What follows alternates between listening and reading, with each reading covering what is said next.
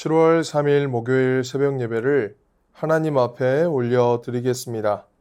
오늘 우리에게 주신 하나님의 말씀은 요한계시록 2장 1절에서 7절까지 말씀입니다. 요한계시록 2장 1절에서 7절까지 말씀. 에베소 교회의 사자에게 편지하라. 오른손에 있는 7별을 붙잡고 7금 촛대 사이를 거니시는 이가 이르시되 내가 내 행위와 수고와 내 인내를 알고 또 악한 자들을 용납하지 아니한 것과 자칭 사도라 하되 아닌 자들을 시험하여 그의 거짓된 것을 내가 드러낸 것과 또 내가 참고 내 이름을 위하여 견디고 게으르지 아니한 것을 아노라. 그러나 너를 책망할 것이 있나니 너의 처음 사랑을 버렸느니라. 그러므로 어디서 떨어졌는지를 생각하고 회개하여 처음 행위를 가지라. 만일 그리하지 아니하고 회개하지 아니하면 내가 내게 가서 내 촛대를 그 자리에서 옮기리라. 오직 내게 이것이 있으니 내가 니골라당의 행위를 미워하는도다. 나도 이것을 미워하노라. 귀 있는 자는 성령이 교회들에게 하시는 말씀을 들을지어다. 이기는 그에게는 내가 하나님의 낙원에 있는 생명나무의 열매를 주어 먹게 하리라. 아멘. 먼저 그리스도는 오른손에 7별을 주시고 7금 촛대 사이를 거니시는 분으로 표현됩니다. 7별은 이미 7교회의 사자라고 1장 20절에서 말씀하고 있고 7금 촛대는 7교회를 상징합니다. 그리스도는 그 7교회 사이를 거니시는 분으로 교회와 함께 하시면서 모든 일을 낱낱이 하시는 분으로 에베소 교회에 오십니다.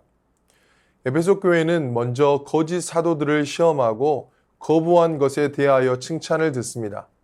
또한 바울이 장로들에게 마지막으로 당부하면서 주었던 경고를 잊지 않고 있었던 것으로 보입니다. 당시 거짓 선생들이 종종 광명의 천사로 가장하고 나타났기 때문에 에베소 교회는 상당한 분별력을 갖고 있었습니다. 2세기에 작품을 쓴 이그나티오스도 거짓 가르침에 대한 경각심이 투철했다고 에베소 교회를 칭찬합니다. 3절에서도 에베소 교회가 참고 견딘 것을 칭찬합니다.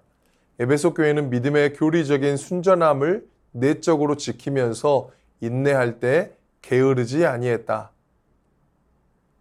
그런데 4절부터는 분위기가 달라집니다. 자신들의 처음 사랑을 잃어버렸다고 말합니다. 에베소 교회의 초점은 교회의 교리적인 순전함을 내적으로 유지하는 데 있었고 그 점에 대해서는 칭찬을 들었습니다. 하지만 외부 세상에 대한 관심을 상실했고 그래서 책망을 받게 됩니다. 에베소 교회가 지키려고 했던 건전한 신학의 핵심엔 하나님에 대한 깊은 사랑이 있어야 했습니다. 옳은 교리나 신학을 지키려고 하다가 사랑이 없어진 것입니다. 처음 사랑은 하나님과의 사랑을 의미하며 하나님과의 사랑은 사람에 대한 사랑과 직접 연결되어 있습니다. 하나님을 깊이 사랑하는 사람이 다른 인간을 깊이 사랑하는 것이 당연한데 바른 신학을 지키려고 이단과 싸우다가 사랑까지 없어진 것입니다. 주님은 에베소 교회가 그 사랑을 회복하는 방법을 제시해 줍니다. 첫째, 그들은 어디에서 떨어졌는지 생각하라고 합니다. 여기서 생각하라에 대한 단어 무네모뉴에를 직역하면 기억하라입니다. 먼저 기억해야 할 것은 처음 믿었을 때입니다. 어떻게 그들이 그리스도와 사랑에 빠졌는지 기억해야 하는 것입니다. 언제 그 사랑이 없어지기 시작했는지를 생각해내야 합니다. 둘째, 회개하라고 말씀합니다. 회개하지 아니하면 내 촛대를 그 자리에서 옮기겠다고 말씀합니다. 스가랴 4장을 보면 이스라엘을 등잔대라고 일컫습니다. 등잔대는 촛대와 같습니다. 이사야 42장을 통하여서 이스라엘이 이방의 빛이 되라고 부르셨는데 이 뜻을 저버렸을 때 그들의 촛대는 옮겨졌고 그로 말미암아 그리스도 안에 있는 교회가 참 이스라엘의 역할을 계승했습니다. 예수님은 교회를 촛대 위에 두어진 등잔으로 말씀하셨고 이것은 교회가 모든 민족에게 증인으로서의 역할을 해야 함을 강조하는 것입니다. 부르신 그 목적대로 잘 살아가고 있는지를 살펴보고 돌이킬 것이 있는지를 살피어 회개의 자리에 나아가야 합니다. 셋째, 처음에 하던 일을 하라고 말씀합니다. 이 말은 회개하라는 것과 처음 하던 일을 하라는 것은 사실 한 가지와 같다라는 것을 알 수 있습니다. 왜냐하면 회개한다는 의미는 가던 길을 되돌아가는 것이기 때문입니다. 그들의 현재 행동을 바꾸라는 겁니다. 초심으로 돌아가라. 첫사랑을 회복해서 교회의 참 모습을 찾는 것이 그리스도가 원하는 것이기 때문입니다. 이 세 가지를 통하여서 다시 첫사랑을 회복하라 하는 것입니다. 요한계시록 2장 6절 말씀에 오직 내게 이것이 있으니 내가 니골라당의 행위를 미워하는도다. 나도 이것을 미워하노라. 6절에서는 니골라당의 행위와 같지 않고 그들을 미워했음에 에베소 교회는 칭찬을 듣습니다. 니골라당은 초대교회를 혼탁하게 했던 이단 무리입니다. 니골라당은 아마 그리스도인이 에베소 지역의 우상 숭배 문화에 참여해도 괜찮다고 가르쳤을 것입니다. 당시 에베소는 풍요와 다산의 여신인 아르테미스를 위한 제사가 지배하고 있었고 아르테미스 여신을 섬기는 신전에는 사제와 여사제의 수가 수천 명에 달했고 심각한 매춘이 벌어지고 있었습니다. 에베소의 경제가 번성했던 것은 신전과 결부된 상거래가 활발했기 때문입니다. 에베소는 또한 황제 제사를 담당한 두 개의 신전을 아데미 신전으로 선언합니다. 이것은 황제 숭배가 에베소 주민 생활의 필수 요소였음을 의미합니다. 그러므로 에베소 교회가 니골라당이 지지했던 우상 숭배의 문화에 편승하지 않고 그들의 길과는 다른 길로 간 것에 대한 행동은 칭찬받을 만한 행동입니다. 에베소 교회에 보내는 편지의 결말은 다른 모든 편지에서처럼 마지막 권면으로 이루어집니다. 귀 있는 자는 성령이 교회들에게 하시는 말씀을 들을지어다. 귀 있는 자는 들으라는 권면은 이사야서, 에레미야서, 에스겔서에서 사용된 말입니다. 선지자들을 보면 이 권면의 중요성이 그들이 사용한 상징적인 행동 및 비유와 관련되어 있습니다. 이스라엘 역사 마지막 시기에 활동했던 선지자들의 1차 기능은 이스라엘에 임박한 파멸과 신적 심판을 경고하는 데 있습니다. 선지자들은 그 경고를 합리적인 방법으로 전달했지만 목이 고든이라고 칭할 수 있는 이스라엘 백성들의 태도로 말미암아 메시지가 효과적으로 전달되지 못했습니다.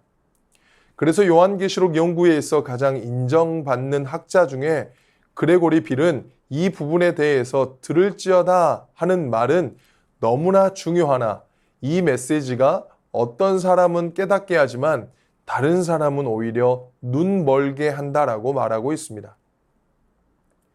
교회된 우리는 세상 속에서 아니라거나 세상의 것들과 타협하려 해서는 안 됩니다. 귀 있는 자는 들을지어다 하신 이 말씀에 눈먼 자가 되어서도 안 됩니다. 그래서 우리는 성령의 인도하심에 늘 민감해야 합니다. 메시지를 깨닫게 하시고 살아갈 힘을 주시고 말씀대로 살고자 하는 에너지를 주시는 분이 주님이시기 때문입니다. 오늘도 주님을 위하여 참고 견디며 게으르지 아니한 한 날이 되시기를 주님의 이름으로 축원합니다. 주신 말씀 의지하여 함께 기도하겠습니다. 처음 사랑의 토대 위에 옳은 교리나 신학을 지키는 열심으로 살아가게 하옵소서. 목이 곧은 자가 되지 않게 하시고 주님의 말씀을 깨달은 자의 모습대로 살게 하옵소서. 주신 말씀 의지하여 함께 기도하겠습니다.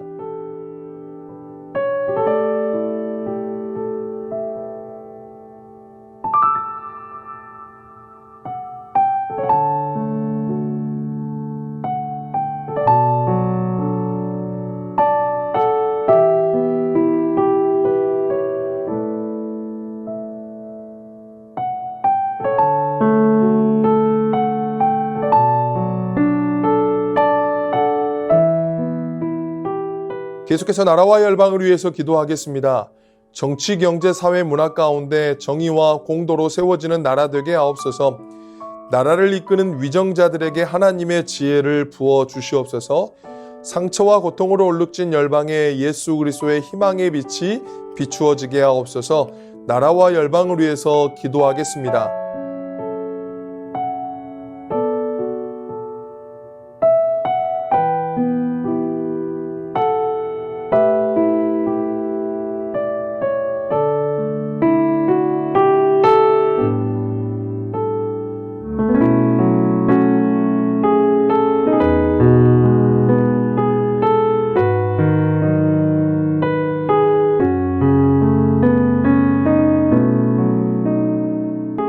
계속해서 교회를 위해서 기도하겠습니다. 모든 것을 합력하여 선을 이루어 가시는 하나님의 선하심을 믿고 따르는 교회 되게 하옵소서. 다음 세대 여름 사역 가운데 함께하여 주셔서 주님을 깊이 만나는 시간 되게 하옵소서. 담임 목사님 영육간의 강건함으로 지켜 보호하여 주시고 성령의 기름 부으심이 충만하게 넘치게 하옵소서. 교회를 위해서 기도하겠습니다.